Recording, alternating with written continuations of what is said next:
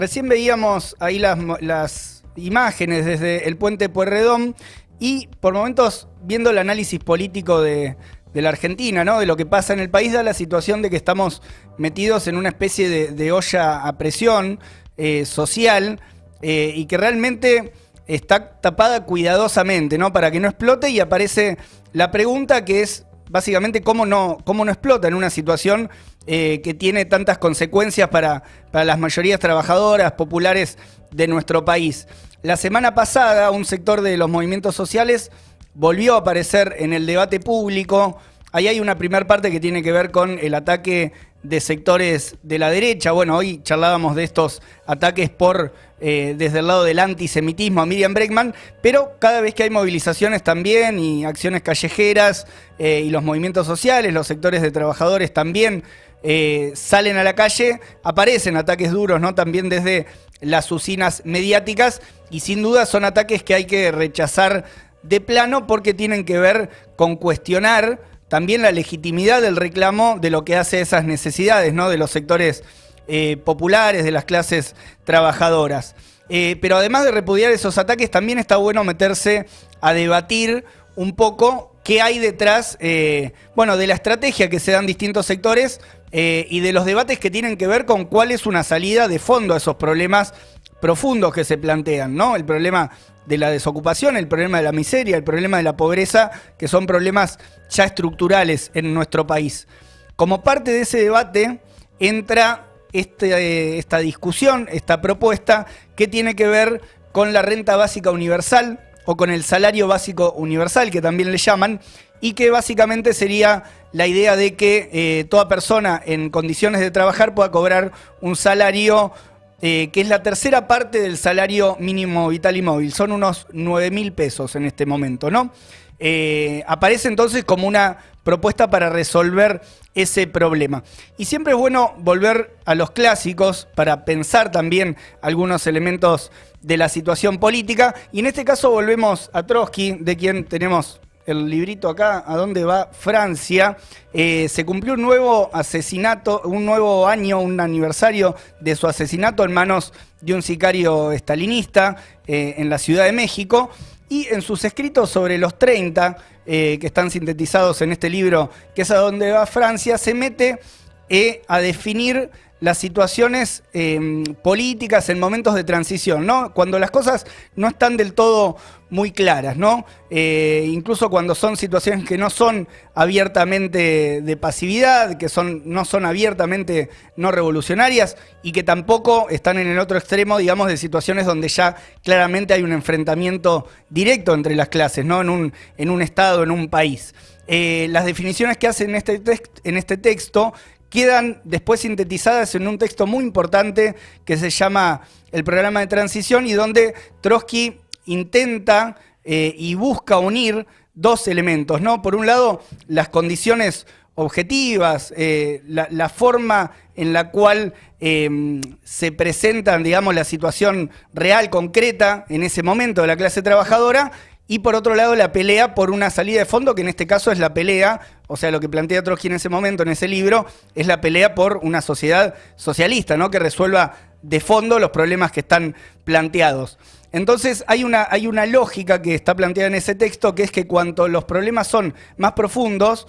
también son necesarias medidas más profundas, de más impacto, ¿no? O sea, que busquen chocarse de frente contra los problemas que tienen planteados. Entonces, desde ahí, creo que da también para pensar la situación en Argentina, sobre todo si pensamos que las consecuencias de la crisis social, económica y política, en cierto sentido, que amenaza al país, ¿no? Con tasas de pobreza tan elevadas, con una situación social bastante crítica para sectores amplios de la población. Bueno, hay que pensarlos también desde ese punto de vista de cuáles son las medidas radicales que se proponen para resolver, ¿no? Entonces, agarrando esta propuesta, esta idea de la renta universal o el salario básico universal, que por ejemplo lo plantean referentes como Juan Grabois y los dirigentes de los movimientos sociales en nuestro país, queda un poco esta idea, ¿no? Esta lógica evolutiva que ellos plantean, donde primero avanzamos con un salario universal, que son 9.000 pesos además,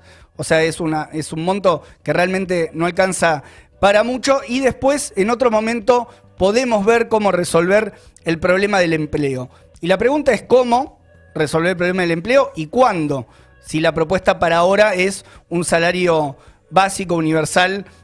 para aquellos que no tengan posibilidad de encontrar un trabajo. Entonces, como propuesta de fondo, digamos, a los problemas que están planteados, realmente arranca como algo insuficiente y además arranca con un problema de matriz, que es, en lugar de transformarse en una bandera para la pelea, para la organización y para la movilización de esos sectores, de esas miles de personas que también movilizan, ¿no?, los movimientos sociales, bueno, arranca más bien como una propuesta en cierta medida de contención, ¿no? O sea, este es un elemento, es un dato que incluso lo plantean sus propios dirigentes, ¿no? La posibilidad de contener socialmente, aliviar para que no explote.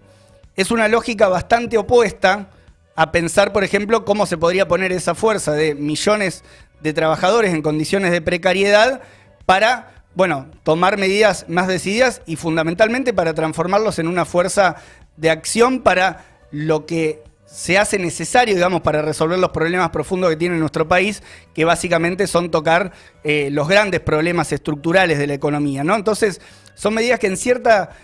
cierto sentido aparecen como medidas de contención y fundamentalmente que aparecen con la idea de resolver y tener ahí contenido el problema de la paz social. De hecho, hay una frase que planteó Grabois, una idea,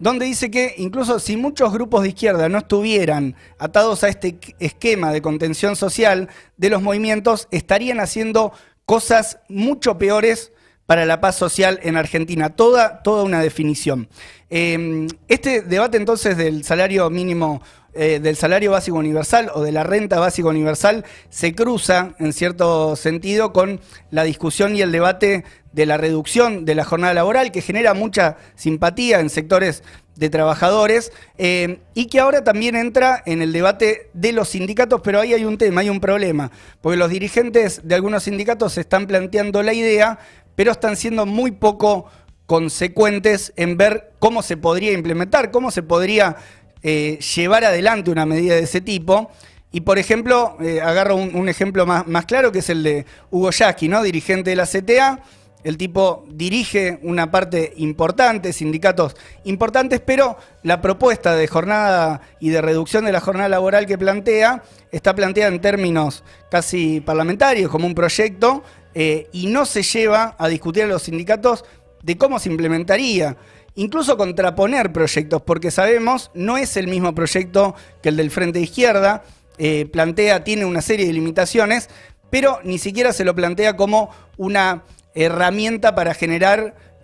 una militancia en el sector de los trabajadores para poner este debate en cuestión. Qué distinto sería y qué importante, incluso cómo cambiaría la lógica con la cual se vienen manejando los sindicatos, incluso la propia percepción de los trabajadores, que en algunos sectores se viene muy golpeado, incluso socialmente por la pandemia, si los grandes sindicatos agarraran esa propuesta y la transformaran en una herramienta para debatir abiertamente, por ejemplo, cuál es el mejor proyecto,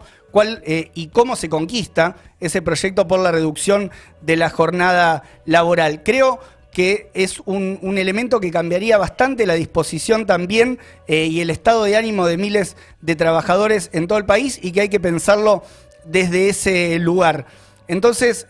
un poco la idea que quería dejarles planteada es que si la situación económica en Argentina se hace cada vez más frágil y si las consecuencias del acuerdo que está transitando nuestro país con el FMI también tiene consecuencias futuras superiores, bueno, fortalecer en este caso a quienes peleamos por esta perspectiva, ¿no? Por ejemplo, por hacer una gran campaña y que sea tomado por sectores importantes de los sindicatos de la reducción de la jornada laboral, se hace más necesario que nunca. Y en ese marco también, en la pelea que se presenta en la batalla electoral, tiene un punto de conexión, o sea, trazando esa diagonal entre la necesidad de levantar esta demanda en los sindicatos y también pelearla en el terreno político electoral, no solo por la posibilidad de obtener cargos y de que eso los referentes, las referentas de la izquierda lo defiendan en el Parlamento, sino también para poder construir una fuerza material que lo pelee, que lo milite y sobre todo para prepararnos en ese momento en el cual sectores muy importantes de la clase trabajadora, que son sectores de masas que agrupan a millones,